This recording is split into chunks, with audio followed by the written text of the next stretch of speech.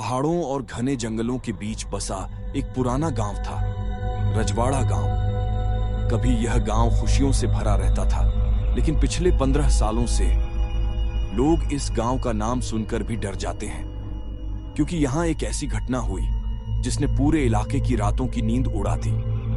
आज भी लोग कहते हैं, उसके नाम से कांपते हैं। वो कौन थी और उसका नाम लोग क्यों नहीं लेते? कहानी आज से शुरू होती है। लेकिन गांव की रोजमर्रा की जिंदगी में एक अजीब डर हमेशा महसूस होता था। हर घर के दरवाजे पर नींबू मिर्च लटकी थी। लोग रात को बाहर नहीं निकलते थे और हर कोई एक ही बात पर सहमा हुआ सा रहता, जंगल वाली कुटिया से दूर रहना। क्यों? क्योंकि उस कुटिया में रहती थी रूपा।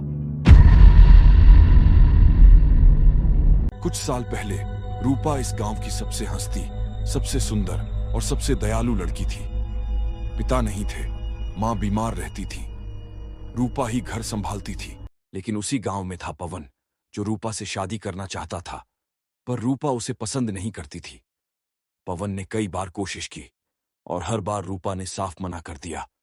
लोग कहते हैं, पवन के मना करने का जवाब हिंसा बन गया। एक रात जंगल में अचानक चीखें सुनाई दी।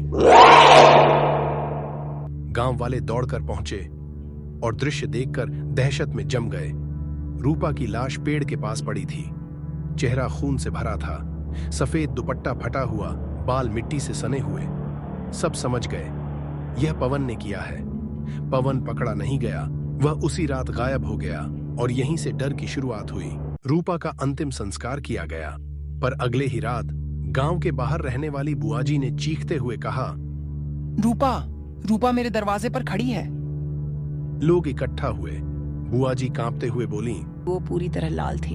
उसकी आंखें वो मेरी तरफ देख रही थी, जैसे किसी को ढूंढ रही हो। किसी ने उस रात बाहर निकलने की हिम्मत नहीं की। गांव के ही दो लड़के, जो घटना को मजाक समझते थे, साहस दिखाने के लिए जंगल में गए। वे हंसते हुए बोले, अगर रूपा की आत्मा है तो सामने आ जाए। कुछ देर सन्नाटा रहा, फिर अचानक एक लड़की की धीमी हंसी सुनाई दी। दोनों के चेहरे सफेद पड़ गए। पेड़ के पीछे से सफेद कपड़ों में एक आकृति उभरी।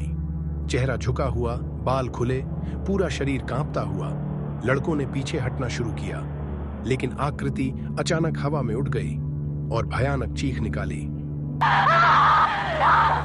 अगली सुबह दोनों बेहोश हालत में गांव के चौराहे पर मिले।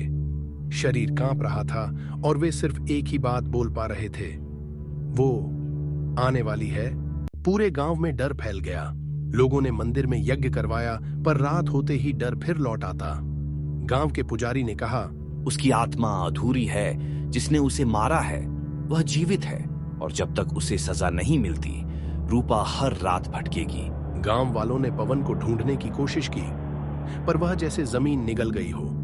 10 साल बाद अचानक खबर फैली कि पवन गांव लौट आया है।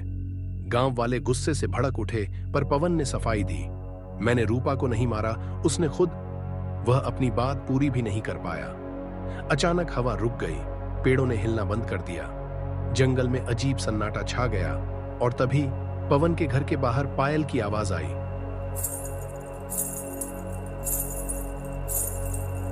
पवन डरते हुए बाहर निकला और उसने वही लड़की देखी। सफेद कपड़े, खुले बाल, चेहरा लाल, आंखें काली। वह बोलने की कोशिश करता है, रूपा, लेकिन आवाज उसके गले में अटक जाती है। पवन पीछे हटता है। रूपा धीरे धीरे हवा में उठती है। उसका चेहरा भयानक हो जाता है और वह चिल्लाती है, क्यों किया? क्यों मुझे मारा? पवन रोते हुए कहता है, मैंने नहीं मारा। लेकिन अचानक पीछे से एक बूढ़ी औरत आती है। वह थी रूपा की माँ। माँ रोते हुए कहती है, रूपा, तुमसे छुपाया गया सच यह है कि पवन ने तुम्हारा साथ नहीं छोड़ा था। उस रात वो तुमसे मिलने आया था, लेकिन तुम्हारे चाचा ने तुम्हें मार दिया, दहेज के लिए। रूपा की आत्मा कुछ पल के लिए शांत होती है। आसमान की बिजली चमकती है। उसका चेहरा पहले जैसा हो जाता है। वह माँ से फुसफुसाती है, तुमने मुझे क्यों नहीं बचाया? माँ रोते हुए जमीन पर गिर पड़ती है। रूपा धीरे धीरे आसमान की तरफ उठने लगती है, जैसे किसी ने उसे हल्के से थाम लिया हो। और अचानक एक तेज चीख के साथ उसका शरीर सफेद धुएं में बदलकर गायब हो जाता है। रूपा की आत्मा को मोक्ष मिला, गांव में शांति लौटी। लेकिन लोग कहते हैं आज भी अगर कोई उस जंगल वाली कुटिया के पास जोर से उसका नाम ले ले तो पत्ते हिलते हैं, हवा तेज चलने लगती है और किसी स्त्री की धीमी हंसी सुनाई देती है। मैं लौट आऊंगी।